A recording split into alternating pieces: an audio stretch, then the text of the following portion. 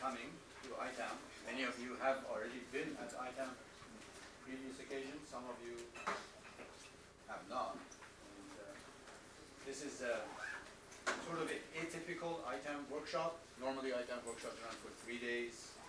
We have also topical to move for a sort of extended period of time. But this started a few months ago with an idea. Adam approached me about having some sort of a discussion meeting, and we thought that maybe we invite some Yukon people and go for beer and have some discussions. But then once it, maybe we also invite Elizabeth to come and all of that, local people. And then things sort of mushroomed. So, which is actually a good thing. It's going to be a day and a half, mostly today, and hopefully you'll enjoy it. We sort of ordered a very beautiful day for you as well. I think tomorrow is also going to be nice. So ITAMP is, to give you a brief introduction, ITAMP is funded by the National Science Foundation. It's been in existence since 1988. Its first director is sitting here, Alex Dalgarno. So we support workshops. We have a postdoctoral program. We have a visitor program, and many other activities. We're sort of a user facility for AMO physics theory in the United States and elsewhere. So logistical issues, I think you have a guide to ITAMP. Everyone should have one. Sort of gives you an idea of where to go for lunch. There's some nearby, and some of us are here, and definitely would be more than happy to take you along. In the lobby, there is a small canteen where you can get quick things to eat. But otherwise, I think one of the most important things is that ITAMP workshops are webcast, so live. And then later they're processed on ITAMP YouTube channel, which, by the way, actually is very popular these days. But you, as the speakers, get to choose whether you want to have your talk on YouTube. If you do not, it's sort of an opt-out strategy. If you do not wish to have your talk on YouTube, let us know. Not put it. But otherwise, I think I'm going to yield the floor to Adam. And thank you. So we're all very excited to have you here. I think it should be very interesting meeting. It's quite a, I think, eclectic group of people, unified by interest in atoms and molecules and Rydberg states in various forms. And so we hope that this eclecticism will give us an opportunity to find interesting overlaps and distinguishing differences and opportunities for the future. So thank you all for coming. Now the morning session will be 3 spectroscopies. Robert, you probably don't call yourself a spectroscopist, do you? Spectroscopy? Yeah, spectroscopy. Someone doing spectroscopy. So we have... That's right. And so the first person to speak is Wim Ubachs, who has been working for a long time on heavy Rydberg states in various inclinations. And also famously observed the first frequency resolved spectrum 2008 in the hydrogen molecule. And so it's a great pleasure to have him start this session. So Wim Ubachs, the floor is yours. Thank you, Adam. Let me also start with thanking the ITAMP people for putting this up for us, getting a small crowd of people who are really experts in the field together. That will be very enjoyable. It's a conference where you go and you will probably be spoken to all of the people around. That is the part. And it's especially Adam for putting this up for us. Adam who's been also important in this because he has made some theoretical contributions that made us afterwards understand a bit better what we have observed. Theories do that. Okay, so I will start my talk. And it's too light, I suppose. About heavy Rydbergs. That's how I call them. in the program it was initially ion pair states, I thought, so these words are used, mixed sometimes, although heavy Rydberg states is a bit tighter. The definition of heavy Rydberg states is a bit tighter, I would say. They are of course ion pair states, but the concept of ion pair states has been used before, in the sense of that there is electronic potentials of diatomic and other molecules where the outer well follows the ion pair. And then those states, in particular in the early investigations on the halogens, have been called ion pair states as well. But what we are alluding to with heavy Rydberg states is those electronic states that are really have then a high angular momentum quantum number. Well, indeed, we have got this concept of heavy Rydbergs. We may say, I'm inclined to say we did the first observation, but then also I really have to take that away, because there have always been important contributions by others that almost had seen the same thing, and that is a stepwise history, and that's what I will start with. But first this design pair state, so that ion pair or heavy Rydbergs, a Rydberg state is a potential that goes like 1 over r, and that you can see in the molecule like the red line, But in itself, this ion pair or Rydberg is not a potential, because in the sense of an adiabatic potential, which are given here. What is important is that you see here that this 1 over r potential levels off at a certain point, and if you look at the energy of that certain point, that is in between the n equals 4 and n equals 5. Drawn so clearly, but this is where it is. So that means you're looking at quantum states of a system that are above dissociation limits, that are above dissociation limits n equals 2, n equals 3, and n equals 4. That's one. And then if you look at the left-hand side, where there is the potential of the H2+, then you see that the bottom of the H2+ ion is lower. So you are in the energetic region where you can have ionization to the H2+ core and electrons.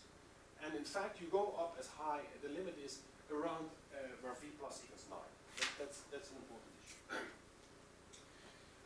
So this ion pair limits can be calculated from this thermodynamic cycle that I put up here. So the level is here. So if you know the electron affinity, which is a limiting factor in the knowledge of this level, and that was measured in the group of Karl Rydberg with some accuracy. Then you have the contribution of the ionization potential of the hydrogen atom plus the dissociation energy of the neutron molecule, or the ionization potential of the neutron molecule and the dissociation energy of the H2+, and that gives you then this upper level, and that is very well known. These two values, this value is known from theory very well. This value, of course, that's the Bench experiments, which is extremely well known.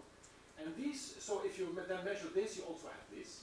And these were measured now recently very accurately in a collaboration between our group and Frederick Merritt, also with contributions from Christian Newman to very high accuracy, to an accuracy that we don't need here. So this level is known. So that's then the Rydberg limit. That's the if you talk about the Rydberg series, the limit is important. So what happened in the past? So Chuka did experiments already in the 70s, and they did classical photoabsorption spectroscopy and then looked at the ions, so photoionization spectroscopy, and they looked at positive ions, and they found a spectrum for the H2+, and when above the ion pair limit, you saw also H- So this is then to be considered as photodissociation kind of in an H+ and an H-. And importantly, what you see is that you see resonances in both cases. That is interesting. The resonances are not the same, and what is not shown in this figure, but it is very important for us experimentalists, is that the signal in this channel is actually much less than the signal in that channel. So you have only 1% that goes into this ion pair dissociation, and for that reason, H2 is not a favorable case. But what you do see is that you have all over the place here, you have excitation of H2+. So there is a continuum all over the place.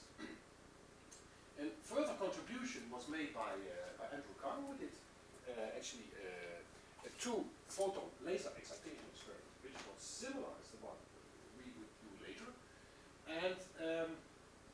He also looked at the H minus signal just above threshold. Here's the threshold then, where the ampere sets in.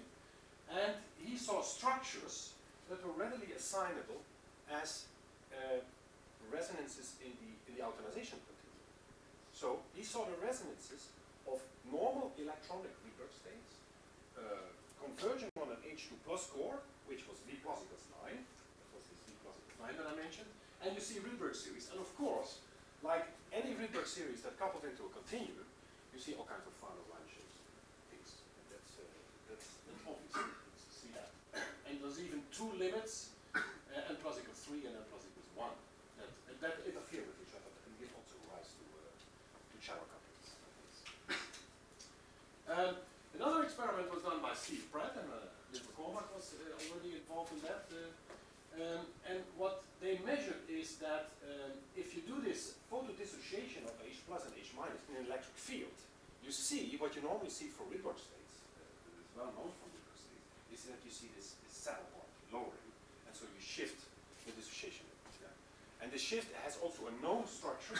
This known structure is with, has a certain factor in terms, if you plot it in terms of wave numbers per volt per centimeter. And this is known from Rydberg physics, and this already shows that in the case of this dissociation plus and H minus, you see Rydberg effects, right? High Rydberg effects, like people had observed before.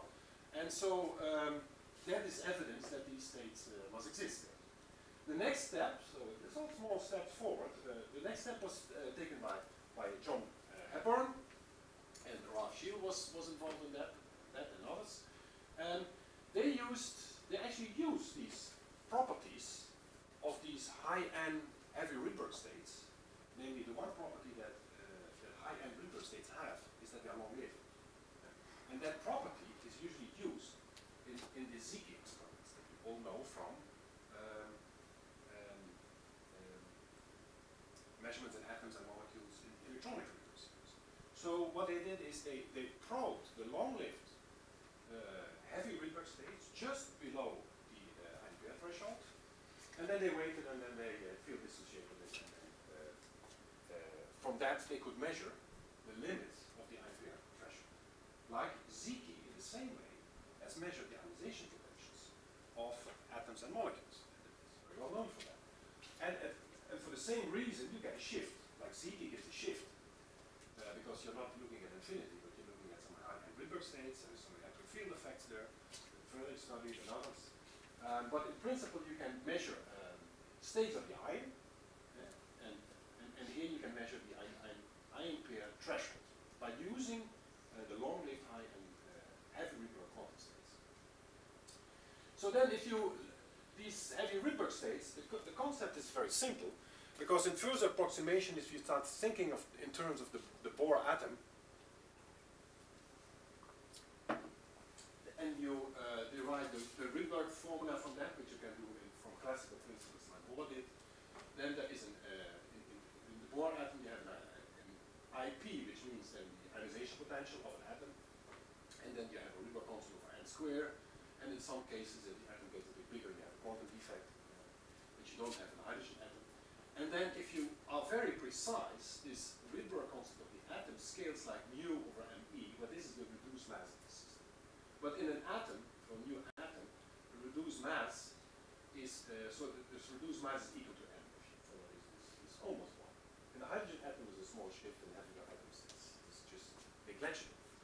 But if you then replace this electron by an H minus, and so that's what you do. You replace the electron by an H minus, and you consider that the particles are far away, so you consider that those two are point particles. So the physics comes later, where you can no longer consider them as a point particle. But in first approximation, it is a point particle, and so you have the same equation where IP is now the ion pair dissociation threshold. You have a Rydberg constant, and you have n squared, possibly a quantum defect. And yes, you do have a quantum defect, which turns out to be very large. And so now, but in this Rydberg constant, you have the reduced mass of the system, which now is suddenly, if you replace the H minus, the electron by an H minus, becomes 918 instead of virtually 1. So that's the difference. So you get a Rydberg constant that is 918. And Actually, Pan and Mies in a paper in 1988 had alluded to that already, and they had explained this mu over m effect with the Rydberg. They also had given, they had shown that this n squared that you have here is actually v plus j plus 1.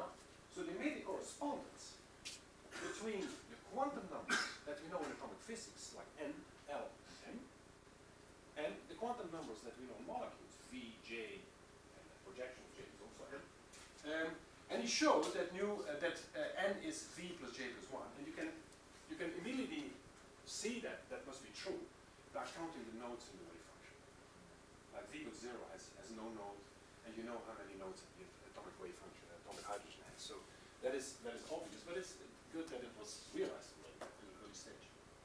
So what you then can do is from this model, from this comparison, this metaphor, you can do two things. You can say, okay, now all the properties that I know for Rydberg states, and that you can take them from Tom Gallagher's book or whatever, then you can define these properties and scale them with an m. And this m for h plus h minus is 918, as we have seen.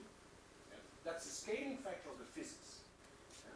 And so you will see that the binding energy scales, level spacing scales, Stark splitting is important, and for example, what we will get to, that the Stark oscillation time which is the reverse of this, which is related to the Stark splitting, the 2-pi factor, also scales with m. And what is important is that the English stellar limit scales actually, if you think about it, with m squared. Now, the English stellar limit is very important. That is the point.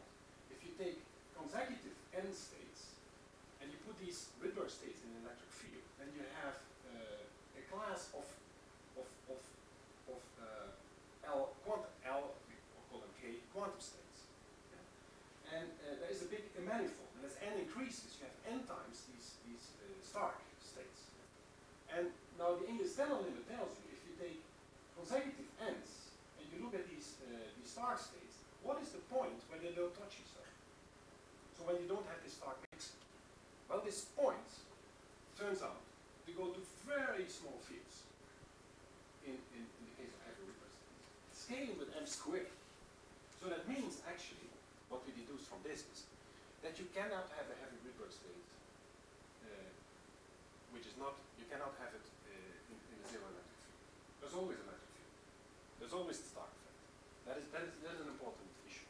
And of course, the Rydberg is very large. The binding, so if you go 10 wave numbers below the ein pair limit, then you are already at n equals 3000. And if you are at n equals 3000, the H plus, H minus system that you're looking at is 700 nanometers large. That is, so you're not looking at small systems.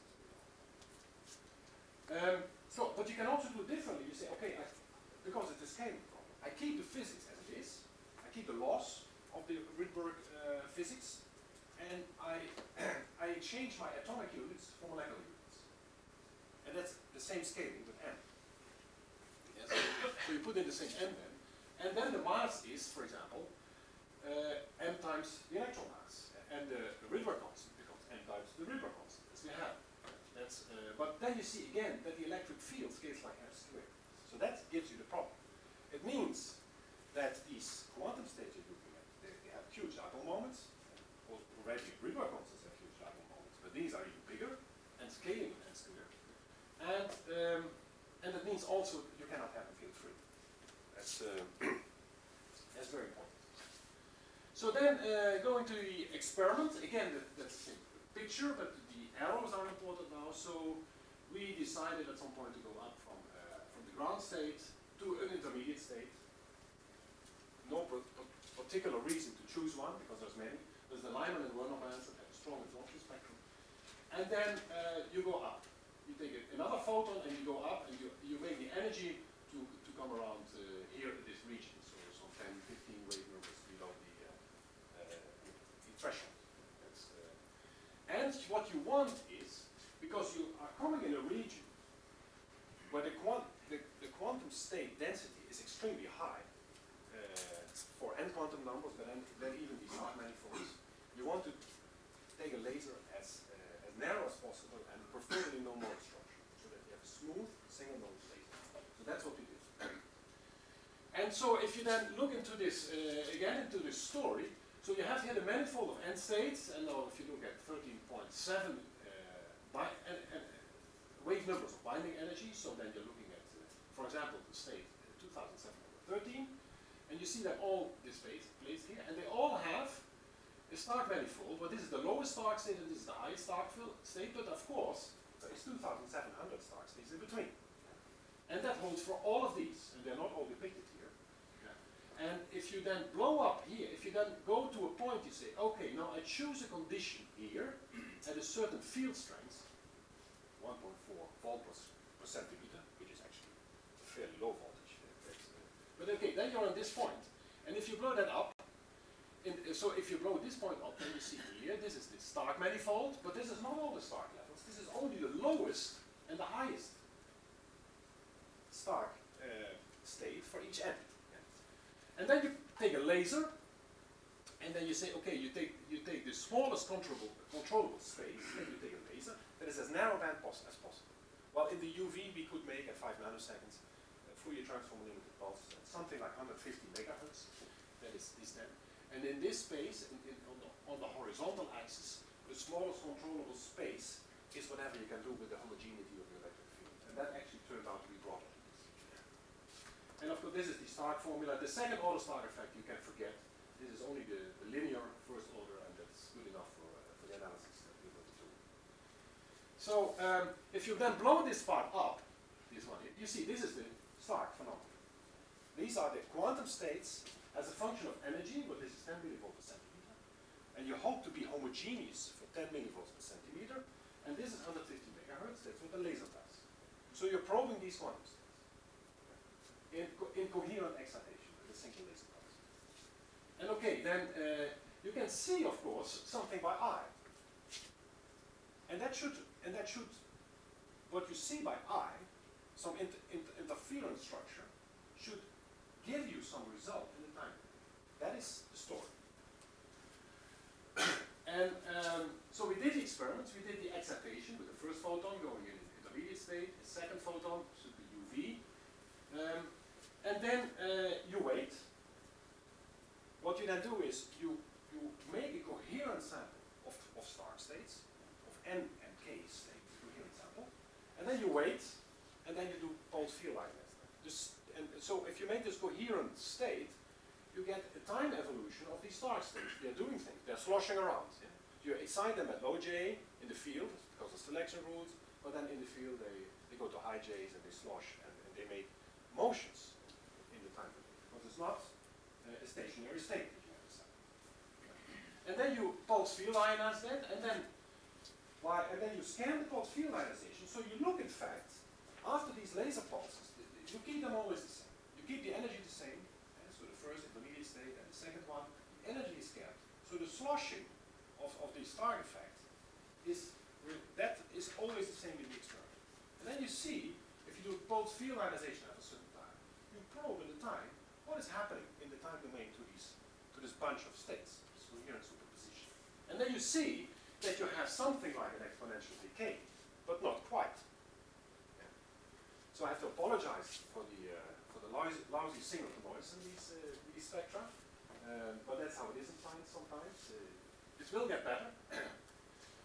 But what you see is that you see some oscillations. That is the crucial thing, oscillations. And if you change the binding energy, you see them change, and you have a second parameter that you can change. You can change the electric field. So you can change the structure. So there's two parameters that you can change. And now from these laws that I showed you in the beginning of these graphs, you get an oscillation, Stark oscillation, which is related to the splitting between two Stark levels. That scales like this. When the electric field is in the mass and the end quantum number. And if you plot this, I mean, it's not so well visible, but if you take many data, then you get some statistics, and then you see that if you take the scaled fields and the scaled binding energy, and you plot those, and you then calculate the frequency, which should be then linear proportional, you see that you have a law that is almost exactly represented by what you predict. And actually, we in the first paper we discussed these, but now in hindsight, it must have to do with our potentials. I went in 2002 to Frederick's lab in Zurich, and I saw what it requires to have a field-free condition, and what it requires to really determine your volts per centimeter. And with all the glue and our setup in Amsterdam, I know this was not quite right. So this shift is not really not too much. So that was that. And so there is a small issue here, because it is a bit odd. What you would expect is not that it comes back again.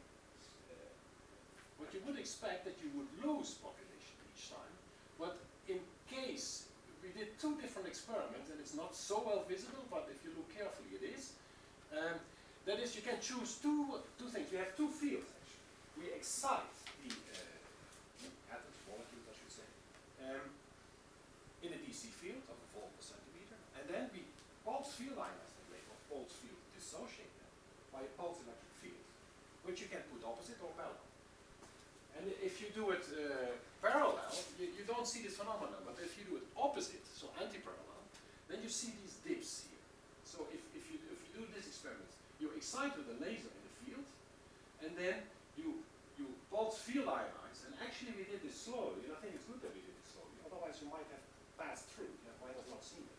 But our ramp was also slow, because the electronics wasn't good enough actually, but this was in the microsecond scale only. But this means you go through a zero.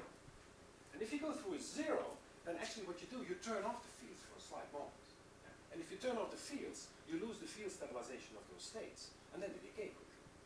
That's the interpretation, in fact, of what's going on. So you lose additional particles. And the lifetime scales like into the fourth, that you see also, which is common for Rydberg states in an electric field. And what we did also, we added another infrared laser to see whether we could ionize the N equals 4 to prove that we were in a range so what we were measuring is H2 plus all the time. Because we're below the limit, we cannot measure H minus. So we measured H2 plus ions. You may ask yourself, how can you see those? But I get to that. You might have decay. I mean, that is so you probe the autoionization, but at the same time you have dissociation. Dissociation to N equals 2, 3, and 4. But we wonder, do we see N equals 4? And the answer is yes, because we put in, after the process, we put in an infrared laser that just could ionize the N equals 4 atoms. So we showed that there is also some contribution of decay into N equals 4 atoms. And at the time we thought these quantum states, they are too short-lived to observe in the frequency.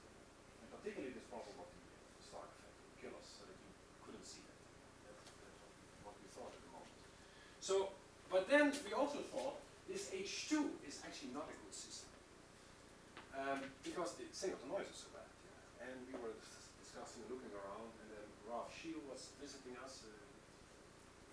He was around here, and we discussed that, and it turned out that a student of John Hepburn had done HF. And it turned out that these states were much more long-lived than the other ones. So we said we should do maybe HF, because it has an excited state. Also in the XUV at 105,000 wave numbers, we could probe that with the same laser. It was just that you need for the second laser, a blue laser. So we had to set it up. And then Ralph came around and we did the experiment jointly. So then what you see here is a starting point. We did the excitation energy in the HF. So meaning you take an XUV laser, you park that on an intermediate state, and you keep it there. Then you take a second laser, the blue laser, and you scan that so that you reach this energy range, where the Iberian threshold is here. So you scan typically some 50 wave numbers below the IP, and what you then see is something different than H2. You see that there is no signal, and there is resonance. While in H2, wherever we park the laser, we find the signal. But not in this case. And you see also again that the H plus photoionization spectrum is quite different from the threshold spectrum, like Andy Curran had seen, and in fact like Chupka, although Chupka looks above the threshold. So the yield is higher. That was very good. So the lifetime is longer, that is certainly the case. The yield is higher, so there is, that you see in the spectrum also. This spectrum is much weaker than this spectrum. So apparently you have, for some reason, you have a favorite situation where you can make ion pair states from HF, much better than H2. And what is a negative point is that you are only sensitive if you go sit on resonances. So if you want to do the decay dynamics, you want to sit on these 2 points. So 2 usable resonances, and these are about 2,750 and 2,900 wavelengths. So if you then do the same experiment, you do XUV plus blue, and then cold field ionization, and then you decay. What you then see on your time of flight, and that's interesting, you see 2 peaks coming. Let me notice immediately, there's 2 peaks coming. And of course, there can be a lot with the Wiley-McLaren space focusing. If you do something wrong, then you get more than 2 peaks even. But this turned out that is the real effect, which we interpret as that you get in this Stark manifold that you produce, you get the adiabatic effect. So the effect that Steve Pratt had investigated. So the lowering of the settle point, or if these states, the other states, if you really go to higher fields, you adiabatically disrupt the system. You diabatically disrupt the system. And this effect takes place at a different time. And so what is happening after this excitation is this Stark manifold and K states, they're sloshing around in temporal space. And at some point, you're probing them. And if the conditions are favorable for the one process, then you do diabatic, and if they're favorable for the other one, you do the other one. So, and what you indeed see, if you look at these 2 peaks, if you scan the time, you did see like this on the scope. And that is in fact, so if you then divide the 2 signals, you take the late signal over the early, then you see beautiful oscillation. And then the question is, what is this oscillation? And again, it is the Stark oscillation. Because the spacing between these in microseconds, if you convert it to a frequency, is exactly the Stark splitting in HF molecule. So again, proof that you see these quantum states in the HF system. So and you can plot that again, but now not only scale for the as a function of the field, and for 2 energies, because we have only 2 resonances, we can park the laser only at 2 spots, and then you see that these frequencies now, so the inverse of the Stark oscillations, they nicely scale, and the line is what the simple theory of the Bohr model predicts us, tells us. So this was time domain, and we thought you could never probe these quantum states, these Rydberg quantum states in the frequency domain, as a series of resonances in a spectrum. But we were wrong, because we could in the end. So we did an experiment again with XUV plus tunable UV. And what we had to deal with now is, because if you generate the XUV, and if you don't have a monochromator in between, then you have to single out the UV that is associated with the third harmonic generation. Now this we did here with the geometry, such it could make it pure. I will not dwell on too much. That you get a pure XUVB, and that you overlap with another tunable laser, which is then narrowband. And this needs not to be narrowband in this case. Sorry, I'm making a mistake here. And there you do the 1+1 photoionization, and you make sure you get in the range of 137,000 wavelengths. With IP, I mean here the ionization potential of the molecule, not the ion pair dissociation. Sorry, this is a confusing aspect here. Okay, and what we saw then is we saw this spectrum, and if you look at the blue parts, the blue and green parts, this is actually what you expect. So what is this green part? This is photoionization. Photoionization of Rydberg stage of an H2+ core in vehicle 6, rotation 1. And then you see here these resonances, and actually what you see in between is H2+ series 6 and 3. Oh no, the green ones are an autoionization series, conversion to H2+ in vehicle 6 and vehicle 3. And these resonances here that are plotted converge to H2+ in vehicle 6, vehicles 1. But so these are explainable. This is photoionization. But these resonances could not be explained, and they seem to have a regular series here, although something is going on here. This seems to be a series that might perhaps be interpreted as a Rydberg series. This is for excitation if you go from the ground state in para-hydrogen to vehicles in ortho-hydrogen, so in intermediate state J equals 0. So you go from so it's a P1 transition, go from J equals 0 in the ground state to J equals 0. That has the advantage that you have only one quantum state prepared in these grounds. But you can do the same thing in ortho-hydrogen if you go intermediate state J equals 1 in the C state. So we did Lyman bands, Werner bands, and it turns out it doesn't even matter what is the intermediate state. And then you see a series here that goes even on at very high quantum numbers, not so clearly, but you see here at these points, again, these structures. And of course, these positions that we have here marked here with 160 or 170, those are n principal quantum number quantum states, and that relate to this equation that we have shown, where this is the n principal quantum number. And of course, with a small quantum defect that you see because they are somehow shifted somehow. Yeah. So that's the quantum defect. And we saw those for n equals 140 and between 140 and 230. So that's the Rydberg series of what we called at the time a heavy Bohr atom. So it is a Rydberg series where you have a Bohr atom, but the electron is replaced by an H minus. Now, there is several issues, and those may be during the workshop very interesting to discuss. So one is, how can you excite those? That's a complicated issue. The lifetime and decay and the quantum defects. Well, lifetime decay maybe not so important, but the quantum defects is important. Because in those quantum defects, there is all the physics. There is the extendedness of the H minus core, and there is the coupling between the heavy Rydberg states with the dissociation continua and with all the ionization continua. That's the physics of the system, which is not revealed here, but there is a lot of stuff going on, and that's this other physics. Okay, so about the excitation mechanism. Well, you cannot excite those things directly. That must be obvious, because we are probing. This is now a log scale of the potentials here. Beware of that, a log scale. So our ground state is here, and if you go then up to the B state, that's the Lyman state where we went, B equals 12. So that is extended between a few atomic units. So this is the region here that you would Frank-Condonly allow to go up. Yeah. And if you go from the ground state to the C state, here this is the C state potential. Yeah, that is the width here, C equals 3. So it is even a narrow range in the Frank-Condon space.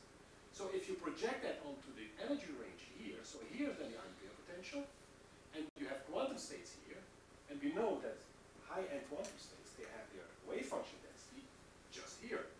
Here's the wave function density. And short interval distance is nothing. So we project then here this Frank-Condon space onto here, or onto this. And there is no overlap. There is no overlap. So you cannot excite this. And what comes to mind then, of course, in a simple-minded first-order approach, very qualitatively, that it must be something like this. So that we are, and that is actually what we draw from what is known from the electronic Rydberg series, the concept of a complex resonance. So that you have the series that we are looking at here. Then there is multiple continua here, so the autorization continuum and the dissociation continuum, and there is multiple of those, so multiple of those bars. And then there is interloper states. So there is Rydberg limits here that have n series and that have some resonances here, and these resonances I have drawn them broadened. They can be broadened because they also couple with the continuum. They become broadened by that. So, and what you're exciting is, you're exciting those interloper states, and perhaps you're exciting the continuum directly. That may well be the case.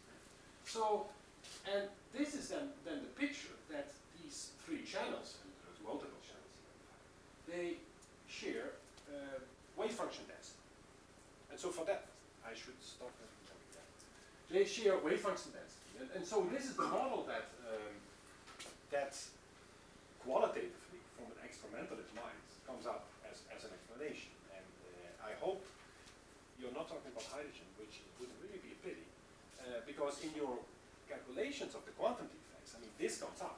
You have analyzed this, how could it really be? But this is the picture we have, qualitative. But we want to make this quantitative. Okay, so the lifetimes, what we find, of course, this is very erratic, what we find, because the spectra are not so good. But what you see qualitatively is that you find here, this is an n to the third slope going through, that it scaled somehow like a Rydberg state, and here we don't see anything. This would be signatures then of some perturbations. Yeah, the quantum defects, I'll leave that to you or not. So what we did also, so as I showed previously, we had demonstrated that we have population at n equals 4. Of course, we see all our signals in H2+. We do not know what H2+. But you could do a better experiment with photoelectron spectroscopy to find out how the molecule auto-ionizes. To see in what H2+, V and J states the molecule is. We don't see that. We just probe with time of flight H2+. What we see here in this experiment that we extended with velocity map imaging, that we look at the channels. So we go sit on a resonance of a heavy Rydberg state. The resonance, so the molecule dissociates, and then we shine in a 355 nanometer laser. So and then we ionize the n equals 2 and n equals 3 fragments, and that we project with velocity map imaging. And then you see here the rings. These ones have high kinetic energies. These come from H n equals 2, and the ones with the low kinetic energy have n equals 3. And this is actually the H2+. So it's a point. It has no kinetic energy because the electron takes the kinetic energy. And it's a bit displaced because it's happening in the time of flight. So this tells you something about the decay. Not quite quantitatively because you have to put in some cross sections, which we didn't do proper yet. Let me show this also, because I mean the excitation mechanism is not so really well understood. You can do these experiments with various intermediate states. This will show that you can take the other ungerade manifolds, do the same thing.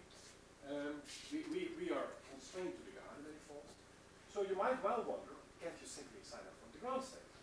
Will will show later. In chloride you can. And so maybe you see them simply in absorption. So we went to the Soleil synchrotron and measured absorption spectra. But they're so complicated that it's hard for us to figure out. But these here are the positions where you would expect heavy Rydbergs for a certain quantum defect. I think quantum defect 0. And you see, it looks a bit like it, but yeah, we're not quite clear about this. Because there's so many resonances here in this spectrum that they may well be assignable in by other means. But I say work in progress, but actually we have left this a bit. But Is that H2? Sorry. This is the photo absorption spectrum of H2 at high resolution with the VUV Fourier transform spectrometer as delay. I think it's interesting, and maybe we should have a closer look with an expert here to see what it all is. But let me stop here. What we've seen, H plus, H minus, heavy Rydberg series in the time domain and in the frequency domain. We observe them for the gerade manifolds. We will hear about the ungerade later. We have put forward a mechanism of complex resonance to explain why it is excited and detected. And those states, that may be important, they are predicted to exist for all molecular systems, H plus, H minus, and H plus, H minus is not best system because of the short lifetimes. At the end, I want to thank my collaborators, Elmar Reinhold, who did a lot of the work. Elmar, through many moves now, is a high school teacher. Ophelia finished her PhD on this work. She works for the Netherlands Weather Institute. Toncho Ivanov is also a PhD student who stayed in the Netherlands. He's working for the Netherlands Space Agency. Kees de Lange has been involved in these studies, and I'm proud to mention that we have become a senator of the Netherlands. So we left science also. And I thank you for your attention.